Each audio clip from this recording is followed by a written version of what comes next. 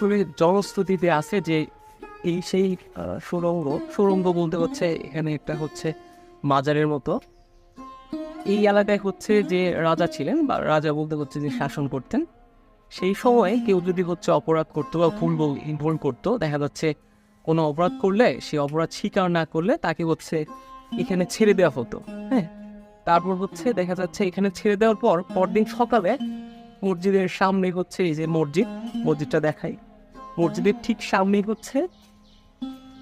হচ্ছে পুকুর আছে, ওই পুকুরে দেখা যাচ্ছে সকালবেলায় তার লাশ পাওয়া যেত। 4 গম্বুজ বিশিষ্ট প্রাচীন এই মসজিদটির